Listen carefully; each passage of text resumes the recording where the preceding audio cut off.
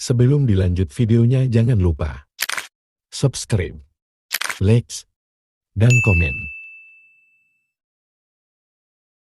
Selanjutnya, mari kita simak kajian remaja bersama Ustaz Burhan Shodiq dengan tema problematika seksualitas anak dan remaja. Bismillahirrahmanirrahim. Assalamualaikum warahmatullahi wabarakatuh.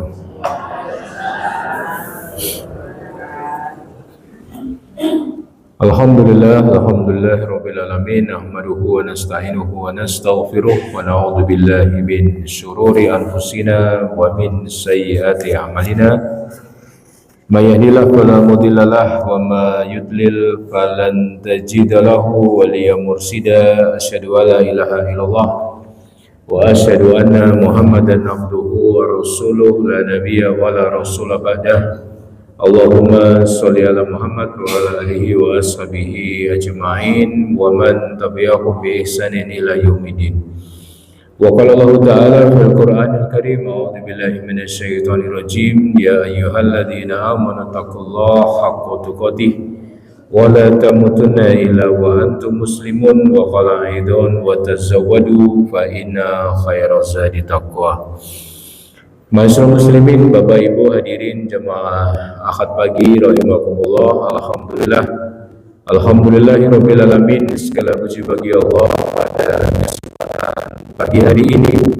Allah Subhanahu wa taala mengizinkan kita untuk bisa bersama-sama di dalam forum ini untuk senantiasa thalabul ilmi, menguatkan pemahaman, menguatkan keyakinan, menambah pangertosan babagan agami Islam, wabil khusus tema yang kita angkat problematika seksualitas anak dan remaja sebagai bentuk menambah bekal-bekal pengasuhan terhadap lare-lare kula panjenengan sami, terutama menawi Bapak Ibu ingkang gadahi lare-lare anak atau lare-lare ingkang sampun tumbuh dados remaja awal atau remaja dewasa. Untuk apa Bapak Ibu? Karena pondasi pengasuhan itu menjadi sangat penting untuk kita butuhkan. Karena mereka yang memiliki ilmu di dalam merawat, menumbuh kembangkan, menemani anak-anak kita, itu tentunya akan lebih dekat kepada kebaikan. Ketika yang kita inginkan itu adalah kemaslahatan, ikut syariat Islam, ikut bagaimana Allah dan Rasulnya mendidik lare-lare kula panjenengan sami, kersane tidak terjadi hal-hal yang tidak kita inginkan. Begitu banyak persoalan-persoalan di dunia seksualitas anak dan remaja yang kalau kita lihat di internet, banyak sekarang dokter-dokter kandungan memberikan informasi kepada para ayah bunda untuk berhati-hati terhadap pergaulan-pergaulan anaknya. Salah satunya ada seorang dokter kandungan yang bercerita bahwa sekarang banyak sekali penyakit-penyakit, mohon maaf, menular seksual yang diderita tidak hanya oleh orang-orang dewasa, tetapi juga mulai merambah anak-anak usia 12 tahun, usia kelas 5 SD, kelas 6 SD. Tentu saja penularannya bukan melalui jarum suntik, bukan melalui obat-obatan, bukan melalui pergaulan yang biasa saja, tapi mereka sudah berlebihan di dalam bergaul sehingga akhirnya mendapatkan penyakit-penyakit tersebut. Pramila, bagaimana Bapak Ibu Islam mengaturnya? Niki alhamdulillah wonten salah satu umahat, salah satu muslimah dari Jogja, namanya Ummu Nasifah. Beliau kemarin menulis buku ini, problematika seksualitas anak dan remaja, dan ini buku baru jadi beberapa hari yang lalu Bapak Ibu. Jadi pada kesempatan Ahad pagi ini saya akan sampaikan beberapa persoalan kaitannya dengan problem apa saja dan kira-kira antisipasi ingkang kados menapa ingkang kula panjenengan sami saged lakukan.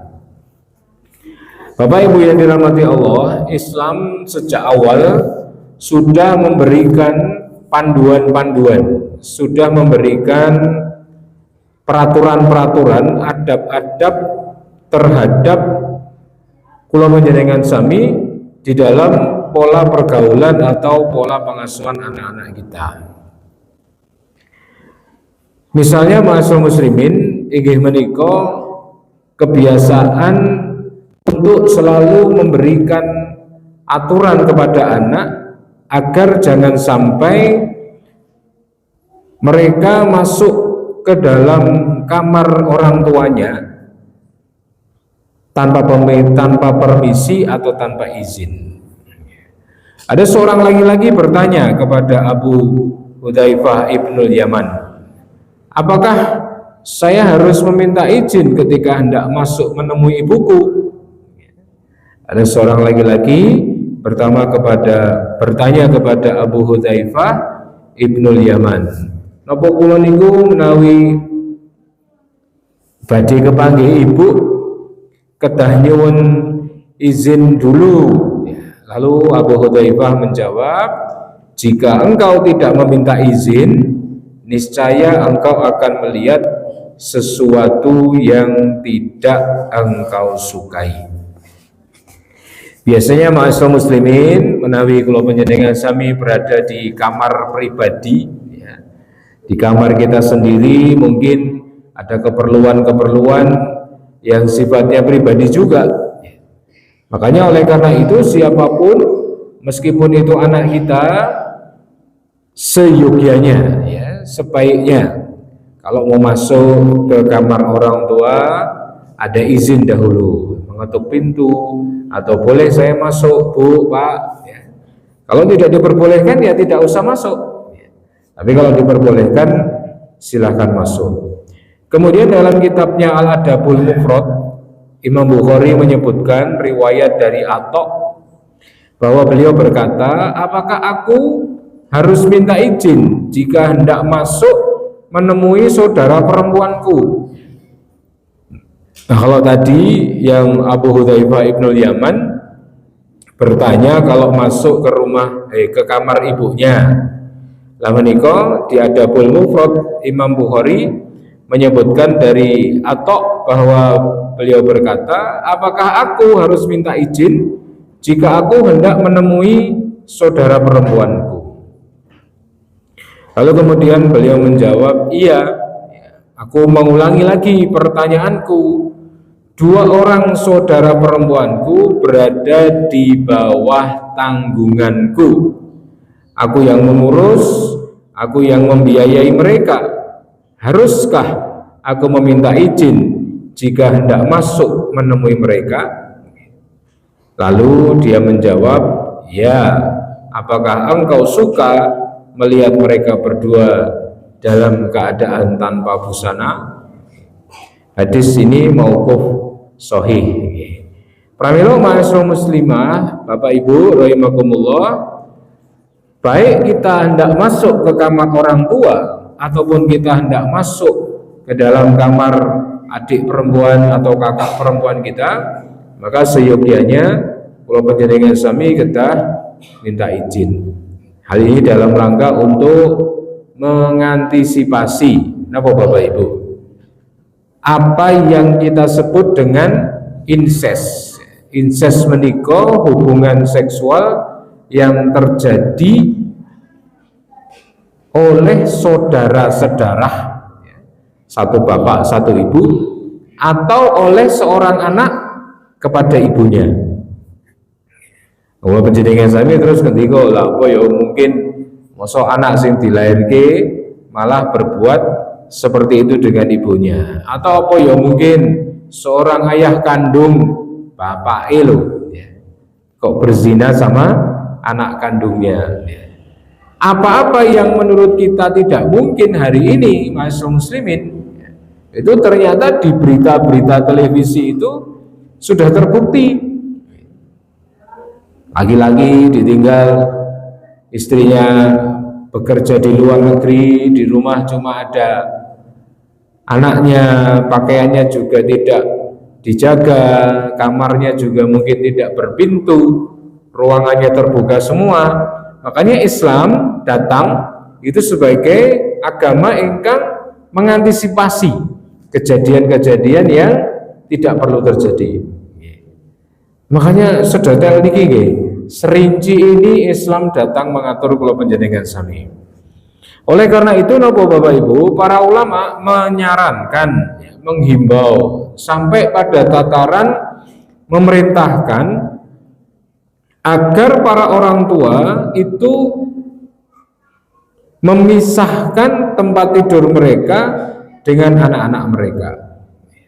Apabila anak-anak itu sampun memasuki usia-usia yang prapubertas.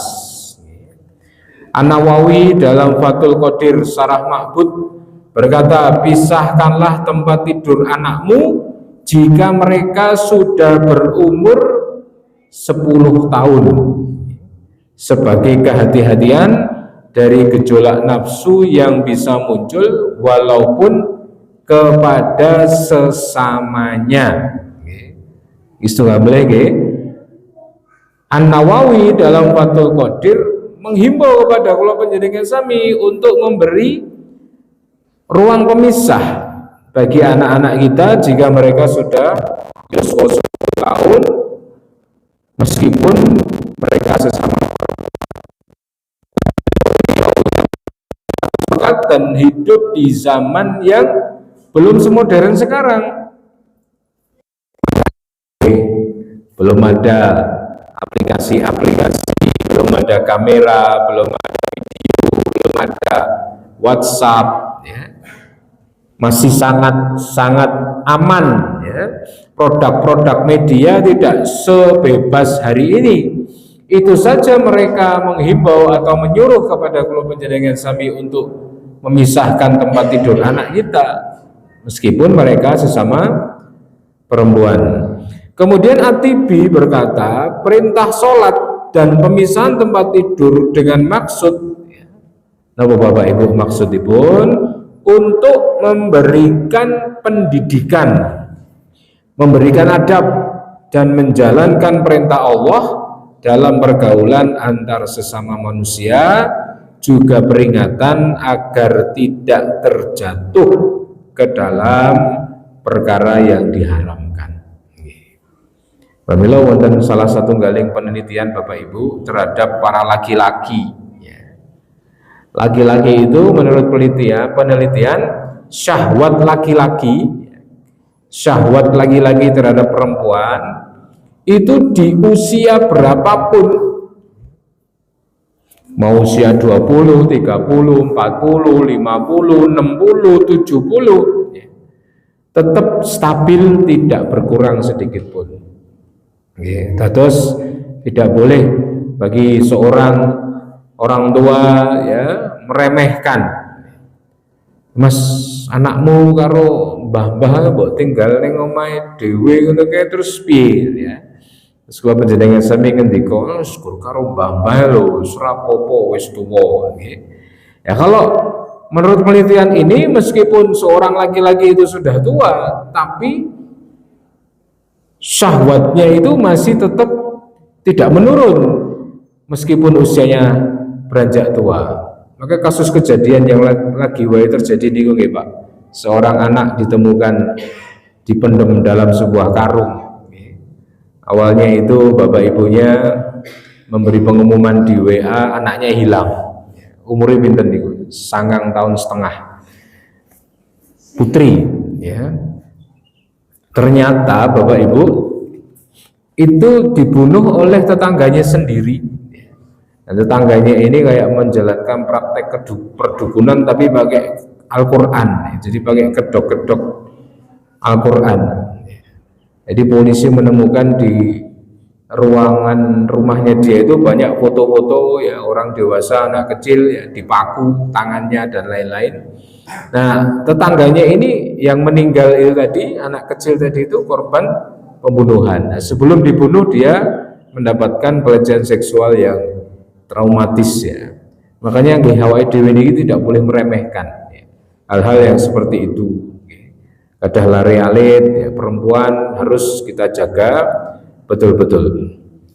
Di dalam Taklik Sunan Abu Dawud dengan Ma'ani Sunan disebutkan, Imam Syafi'i berkata dalam Mukhtasar, menjadi kewajiban ayah dan ibu untuk nopo Bapak Ibu, mendidik dan mengajari anak-anaknya cara bersuci dan cara sholat, memukul anaknya yang sudah balik jika meninggalkan sholat.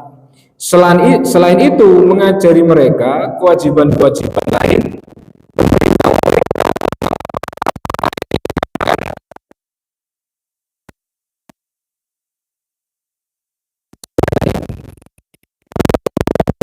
menikah salah satu paling mengajarkan tentang cara bersuci dan cara sholat. Nek saged panjenengan tambahi, nah ini bagian-bagian tubuhmu yang harus dijaga. Tidak boleh siapapun menyentuhnya. Misalnya kita lihat kasus-kasus yang terjadi gara-gara orang tua menyepelekan gitu, sama guru, sama ustadz, TPA, TPQ, ya, atau mungkin di SD, atau mungkin di PAUD, atau mungkin di TK, atau mungkin di tempat-tempat yang lain, Bapak Ibu. Kadang-kadang kita temukan kasus-kasus hingga kemudian terjadi pelecehan seorang ustadz di pondok pesantren mencabuli santriwatinya atau mencabuli santri-santrinya, ya, homoseksual dan lain-lain. Itu berawal dari ketidakpahaman anak. Jadi anak merasa dipegang beberapa bagian tubuhnya itu sebagai bentuk yang biasa saja, karena dia nggak dikasih pengetahuan. Makanya kayak misalnya seorang ibu boleh melarang orang lain untuk menyentuh anaknya, apalagi kalau yang menyentuh itu seseorang yang memang bukan mahramnya. Nah, ini bagian tubuh kamu yang harus kamu jaga. Sedekat apapun orang itu sama kamu, tidak boleh menyentuh bagian-bagian ini. Kalau kamu misalnya disentuh, diiming-imingi dengan sesuatu, kamu teriak, ya. Kamu minta pertolongan orang-orang di sekitar. Kalau kamu terjadinya di sekolah, ya minta tolong kepada guru. Kalau kamu terjadinya di pasar, ya minta tolong kepada tukang parkir, kepada satpam, atau kepada pedagang. Kalau kamu misalnya mendapatkan perlakuan kayak gitu di pasar malam, ya siapapun lah teriak, ya. Jangan diem.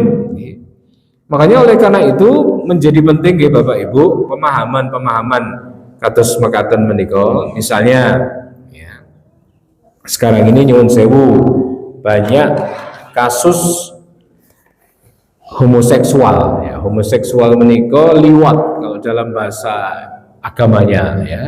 Laki-laki sama laki-laki, perempuan sama perempuan.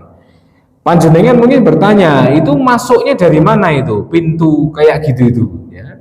Kok seorang laki-laki normal menjadi terjangkiti penyakit kados mekaten? Kemarin saya ketemu beberapa waktu lalu, saya ketemu sama seorang dokter.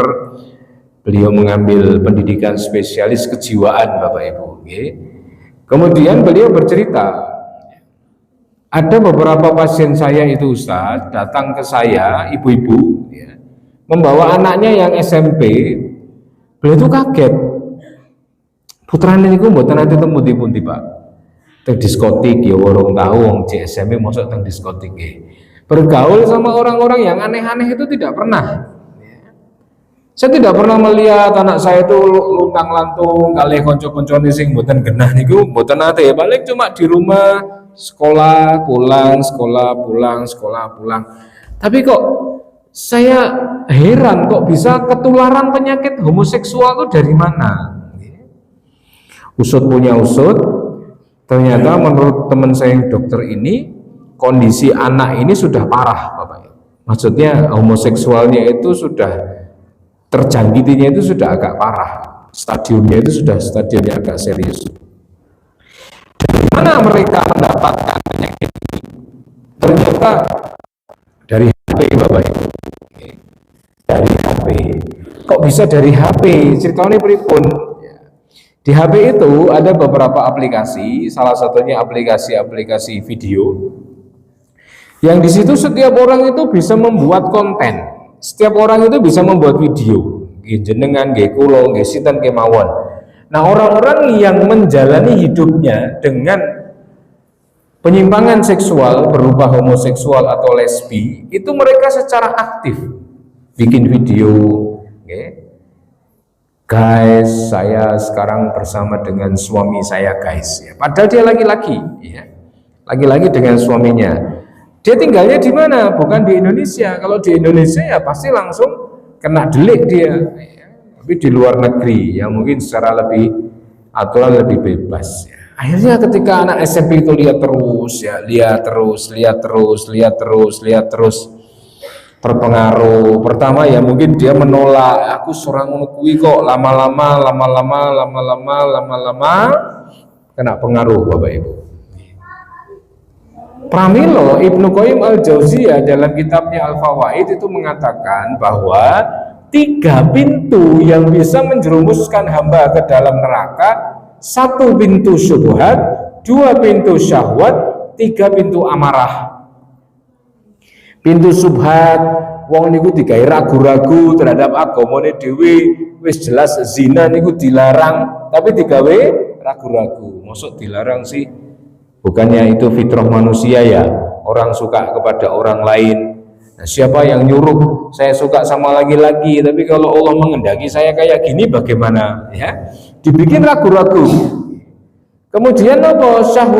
Syahwat yang harusnya kalau penjenengan sami tiang kakung senenge kali perempuan, tapi disalurkan pada sesuatu yang halal kepada istrinya, bukan kepada yang lain, bukan kepada yang haram. Tapi orang syahwatnya digelincirkan kepada liwat, kepada homo, kepada lesbi. Makanya ibu bapak rahimakumullah, kita tidak sedang berada di zaman yang biasa-biasa saja. Pramila waspadanya itu ditingkatkan, jangan menganggap remeh sebuah kondisi yang mungkin orang lain anggap sebagai sesuatu yang remeh, ya. Maka anak kita dikasih tahu, Mas, nanti kalau kamu TPA atau kalau kamu di sekolah, nek kita enak koncomu sing kita rada piye ngoten, nggih. Kayak misalnya laki-laki kok deket sama kita terus, padahal kita juga laki-laki, terus senengane ngerangkul-ngerangkul, tapi kok ngerangkul-ngerangkul menika ngerangkul ingkang boten biasa, ya. Penjenengan sami kan bisa membedakan ya, rangkulan biasa sama rangkulan yang agak gimana itu kan kita bisa membedakan ya. Langsung aja ditolak. Kowe jedak-jedak aku, ya. Biasa wae kekancan ning serasa ngono-ngono banget gitu ya. Makanya ini perlu dipahamkan kepada anak-anak kita. Kemudian di dalam kitab Al-Aridah Asy-Syarah At-Tirmidzi disebutkan, ini adalah latihan bagi anak dalam memudahkan dan membiasakan mereka taat beribadah kepada Allah, sehingga jika mereka nanti balik tidak bertemu kesulitan kembali.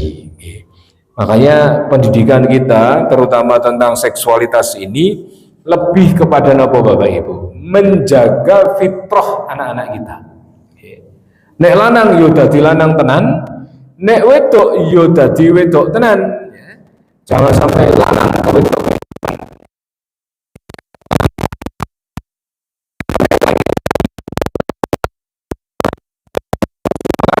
Laki-laki. Maka pendidikan ini berjenjang.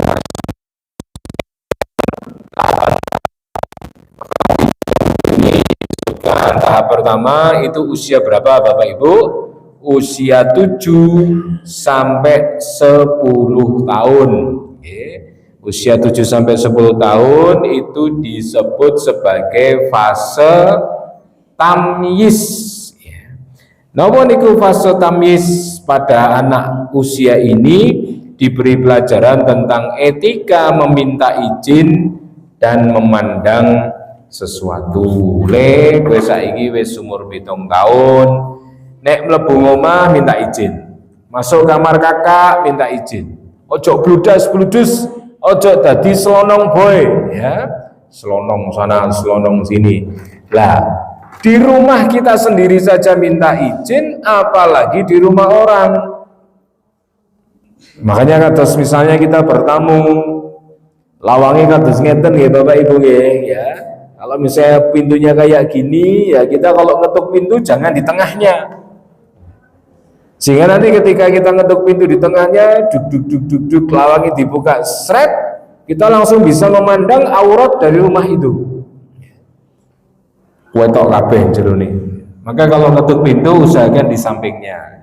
Tek, pintu dibuka, orangnya keluar, kita ketemu orangnya, bukan ketemu dalam rumahnya. Sedemikian detail Islam itu mengatur kula panjenengan sami. Makanya ibu-ibu mohon maaf, rumah kita itu adalah kehormatan kita, kehormatan suami kita. Makanya Islam menjaga sedemikian rupa nggih, kalau bertamu jangan sampai melihat sampai ke dalam-dalam. Kalau dalam bahasa kita itu mlebu mripate wuta, ya, metu lambene bisu, ya. Jadi masuk itu mata kita buta, maksudnya ketika bertamu itu yo jangan jelalatan. Wah, kabeh diulati gitu ya, wis kayak ono jaket cementel ning kono iku akeh katoke anake akeh banget ning kono kompol kabeh gitu nggih. Kemudian lah kok apa ke piring kotor lah kayak apa kayak gelas. Masuk itu mata kita buta, ya. Tutup mata. Ya, maksudnya ya bukan kemudian kita masuk merem gitu malah nabrak-nabrak meja nggih, ya. Tetapi secara makna jangan kita biarkan mata kita melihat kemana-mana. Yang kedua, mulut kita bisu. Ketika keluar ditanya, Mas, kamu baru main ning omahe Pak kae to? Piye? Wah, somai. Nah, ini nggih. Sudah ditutup saja. Enggak usah kita cerita, ya. Wah, anu ketoke wong ngono ternyata kumproe karuan nggih. Omahe ambune ya, nggih wonten ngarep mburi ya. Udah, mulut kita bisu aja Bapak Ibu nggih. Piye omahe wis apik lah, udah itu aja ya. Tidak usah kita menceritakan banyak ya. Maka kayak gini disampaikan ke anak ya. Nduk ya, kamu kalau main ke rumah temenmu usahakan mata kamu dijaga ya. Jangan kita ngelihat apa-apa yang menjadi aurat dari rumah tersebut. Makanya ibu-ibu yang sewu hari ini banyak sekali muslimah yang ngonten. Ya, ngonten itu apa? Muslimah yang bikin video untuk mendapatkan bintang ya, atau untuk mendapatkan apresiasi dari netizen. Ya. Jadi dia bikin video, diupload di Facebook, terus nanti kalau banyak yang suka pada ngasih bintang Pak, ya. Bintang ini bisa diuangkan. Ya. Akhirnya orang mengejar niku, bagaimana yang nge-like banyak, yang nonton banyak. Satu bintang itu ketinggalan yang sal 2000 nopo pripun itu, 2000 rupiah. Ya. Jadi sekarang ibu-ibu itu sering ya membuat konten-konten di dalam rumahnya. Satu sisi aurat, beberapa bagian dari rumah kita itu aurat, tapi satu sisi justru kita pemilik rumahnya merekam kondisi rumah kita, kemudian kita sampaikan kepada orang-orang. Anaknya direkam, kemudian kasurnya direkam, bantale gulinge, pokok menopo kemauan enten mriku. Makanya anak ketika umur 7 sampai 10 tahun dia diajari, dinasehati, dikasih masukan yang banyak kaitannya dengan etika, kaitannya dengan peraturan, kaitannya dengan adab. Le tak andani, iki adab ya le. Iki adab nduk, jadi kamu itu jadi orang ora patek pinter apa-apa, ning kudu duwe sopan santun, harus punya etika, harus punya aturan. Kemudian Bapak Ibu, fase yang kedua adalah fase yang disebut dengan murahakoh. Umur pinten? Umur 10 dumugi 14 tahun. Pada masa ini anak dijauhkan dari berbagai macam rangsangan-rangsangan seksual. Maka kayak misalnya orang anak sudah umur 10 sampai 14, ya ampun didusi melih harus sudah mulai mandi sendiri ya. Jangan sampai bapak ya ngedusi anak wedok padahal umur sampun 10 14 tahun. Atau seorang anak laki-laki masih dimandiin ibunya di umur-umur segini, jauhkan rangsangan-rangsangan seksual, ya, tayangan-tayangan, ya, TV, iklan-iklan, ya, iklan-iklan dewasa, iklan-iklan produk-produk. Makanya TV ini biar saya Pak, ini kan tulisannya 13 plus, tulisannya di bawah 17 tahun. Itu maksudnya untuk membantu orang tua mendidik anak. Umur 10 tontonannya Dono Kasino Indro. Nah, itu nggih termasuk sing kudu dihindari nggih Pak ya. Itu karena konten-kontennya tidak mendidik. Apakah hanya pada tayangan-tayangan pornografi? Tidak juga, pada konten-konten perbincangan juga. Obrolan-obrolan. Lah sakniki tenggene tren niku enten istilah podcast Bapak Ibu. Podcast itu ya kayak kita duduk berdua ngobrol tapi yang dibahas. Nah, semua ini Bapak Ibu kalau kita bisa mengontrol medianya bagus. Tapi kalau kita nggak bisa ngontrol ketoya wae dhewe daki-daki, raleh nonton TV, raleh ngene-ngene, kita jauhkan rangsangan-rangsangan yang secara fisik, tapi ternyata dia di YouTube ya. Tontonannya itu tidak ada sensornya, di tempat-tempat media yang lain juga seperti itu, maka bisa jadi mereka mendapatkan rangsangan seksual itu justru dari konten-konten internetnya. Maka saat menika wonten istilah popcorn brain fenomena ya. Jadi fenomena otak popcorn. Napa niku Bapak Ibu otak popcorn? Fenomena yang melanda anak-anak kita. Jadi nek ibu-ibu pun nanti goreng popcorn, ya, jagung niku digoreng. Niku pripun Bu teng wajan ya, bledos-bledos nggih. Cetak, cetok, cetak, cetok, cetak, cetok. Nah, anak itu hari ini sebagian besar mengalami popcorn brain.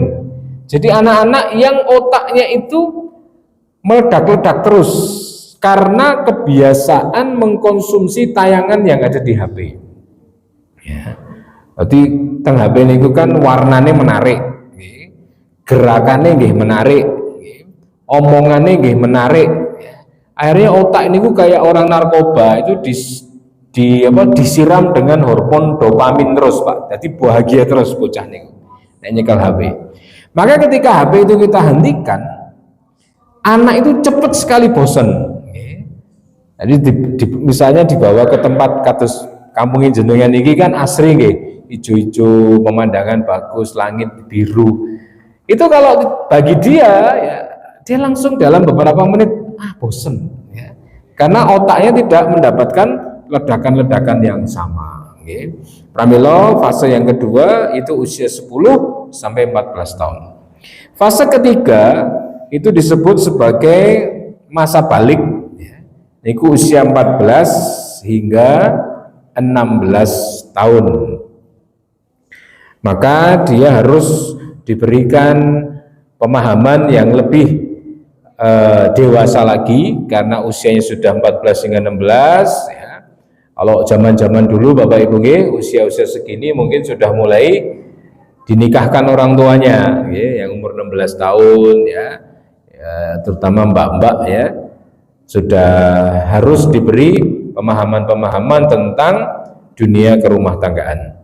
Fase keempat adalah fase pemuda atau istilahnya usia-usia di atas 17 tahun, maka jika ia sudah mampu melangsungkan pernikahan, maka monggo dinikahkan saja ya, tentunya dengan bekal-bekal yang baik ya. Oleh karena itu kalau dalam ilmu psikologi misalnya perempuan itu paling sae Bapak Ibu, perempuan itu paling bagus menikah di usia 19 sampai 23 ya. 19, 20, 22 anak di usia-usia segitu. Kalau laki-laki itu paling bagus usia 23 sampai 25 tahun. Kenapa? Karena di usia-usia segitu anak laki-laki belum terlalu jauh mengenal karakter perempuan. Karena menurut para ahli, semakin laki-laki mengenal perempuan, semakin dia takut untuk menikahinya, ya. Karena perempuan itu adalah makhluk ciptaan Allah yang paling rumit, ya. Lebih gampang menebak perakiraan cuaca daripada menebak isi hati perempuan. Saya baca tulisan salah satu pakar pendidikan, salah satu pakar dunia keluarga di Mesir, ya. Beliau mengatakan laki-laki itu butuh dipercaya, sementara perempuan itu butuh diperhatikan dan dijaga, ya. Maka jangan sekali-kali Bu tidak mempercayai laki-laki Anda, dan jangan sekali-kali Pak tidak memberikan perhatian kepada istri kita. Makanya pemahaman-pemahaman kalau sudah masuk pemuda, dia harus dikasih bekal-bekal yang lebih baik kaitannya dengan pernikahan. Karena apa? Daripada nanti anak kita terjebak secara kebutuhan, dia sudah butuh disayang, butuh dimanja, butuh dicintai, butuh dibahagiakan secara seksualitas, ya. Tapi tidak kita boleh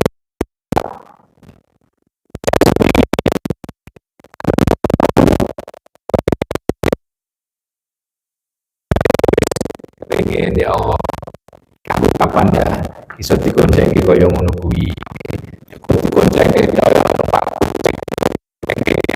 itu rasane Pak.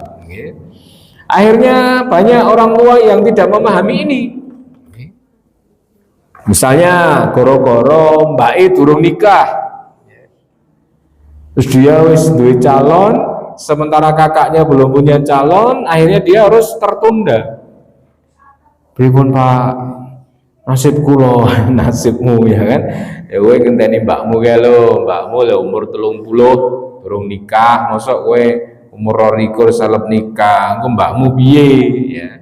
Nek kowe wis nikah mbakmu durung. Lah pripun? Kakak, Mbak dipatoske calon apa pripun? Ya tekono kono, nggih. Mbak tekoki, Mbak, aku sareng kepengin nikahi, jenengan ra nikah-nikah tak goleke piye? Ya pada beberapa orang tersinggung. Ya, padane aku ora iso golek apa piye? Ya mbok golekke, ya. Aku yo ngene-ngene gur golek yo iso. Ya lah buktine piye ndak ora ndang iso-iso gitu. Ya. Makanya kondisi di masyarakat tuh banyak kados mekaten. Akhirnya nopo? Cari jalan pintas. Wah, Pak mbok kowe aku ora dinikah-nikahke padahal kowe seneng ngenteni Mbak Yuku ora nikah-nikah ya wis. Akhirnya mereka pemilu, nopo Bu? Pemilu, ya, pernikahan hamil dahulu. Ya. Makanya ini merebak di masyarakat, ya. Awal duin jagung Januari, ya, Maret akikoan, ya. Piye kuwi? Wah, nggo program apa kok cepet meneh akselerasi apa piye, ya kan? Normalnya 9 bulan iki rong sasi langsung akhiran iki terus nganggo apa iki program sekolah cepet-cepete ya setahun lagi lulus kok nggih nek akselerasi ayo cepet banget ya. Makanya Bapak Ibu, kula panjenengan sami nggih dados piyantun ingkang memahami ghorizatul jinsiyah. Napa niku ghorizatul jinsiyah? Memahami kebutuhan manusia. Ya kalau orang anak sudah 18, 19 itu pun wajar. Kalau sudah memiliki kebutuhan ke arah sana. Kalau kita suruh nunda-nunda terus, yuk sing sabar to, nduk, sing sabar to le, ya. Sabar-sabar ke, ya. Sekarang kondisinya masalahnya napa Bapak Ibu? Kadang-kadang para akhwat tuh siap. Umur 20, 21, 22, 23 siap. Tapi yang menikahi nggak siap. Karena kebanyakan jejaka sekarang umur 23, 24, 25, nek bapak itu dudu wong sugih balungan gajah, bukan memiliki privilege, bukan orang yang punya pengaruh, bener-bener niku sekondul ya, usaha sekondul ya. Niku jarang anak usia 23, 24, 25 itu sudah mapan. Jalukane kan aku yo ora munafik ya tat. Wah, misalnya biasanya kadang kados mengatakan ya sing ngomong niku wong wedok niku kan dinikahi ya ora gur nganggo cinta. Nggih.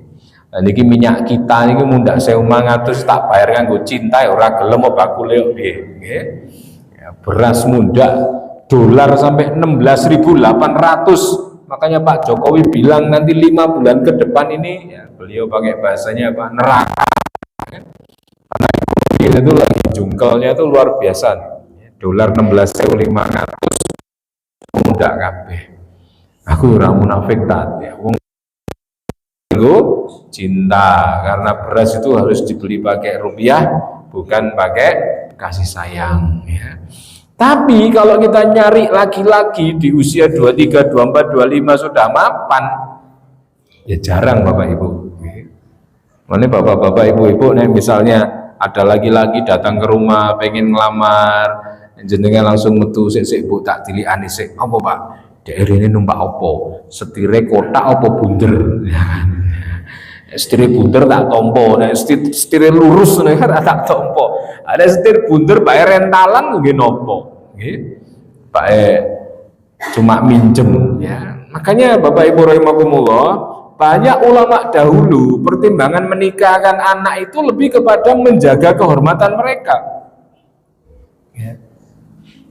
Tangi turu kok ketoke bocah niku wis bingungi ngoten niku. Laki-laki bangun tidur, kemudian dia nampak sudah dewasa dan mungkin sudah nampak membutuhkan perempuan karena memiliki syahwat, ya langsung ditanya, bismillah, kamu sudah pengen menikah toh? Ya niku Pak pripun? Ya wis ayo di nek kowe calon duduhno bapak, nanti kita lamar saja. Makanya ma'asyiral muslimin, kadang-kadang kita ini ditipu oleh setan dengan ilusi-ilusi kita sendiri. Kita berpikir kalau misalnya menikahkan sama anak yang sugih itu bakalan bahagia. Ya mungkin prosentasenya bisa bahagia, tapi bisa juga tidak. Karena kalau dia lebih kaya daripada kita, mungkin dia akan memandang rendah kita karena Allah dipandang rendah kita. Meskipun kita merasa ini di bojo sugih, padahal ya belum tentu.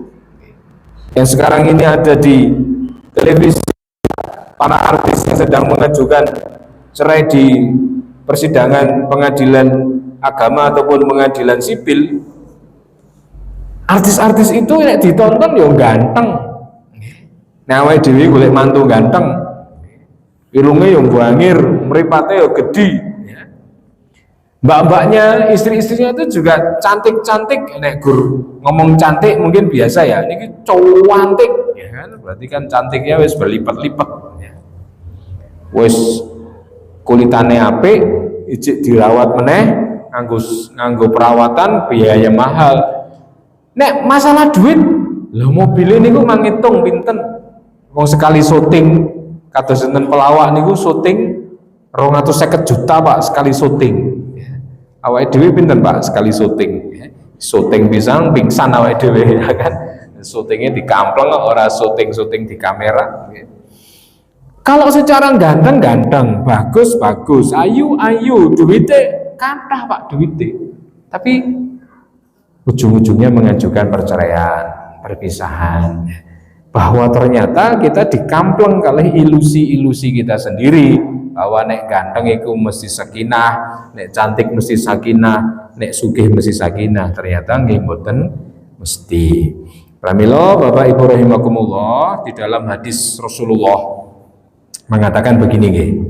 Barang siapa yang mencari ridha Allah dan menomorduakan atau menyingkirkan ridha manusia, maka Allah akan membebaskan dirinya dari beban-beban manusia. Tetapi barang siapa yang lebih memilih ridho manusia dan meninggalkan ridho Allah, maka Allah akan memberikan beban manusia itu semuanya kepada dirinya, ya.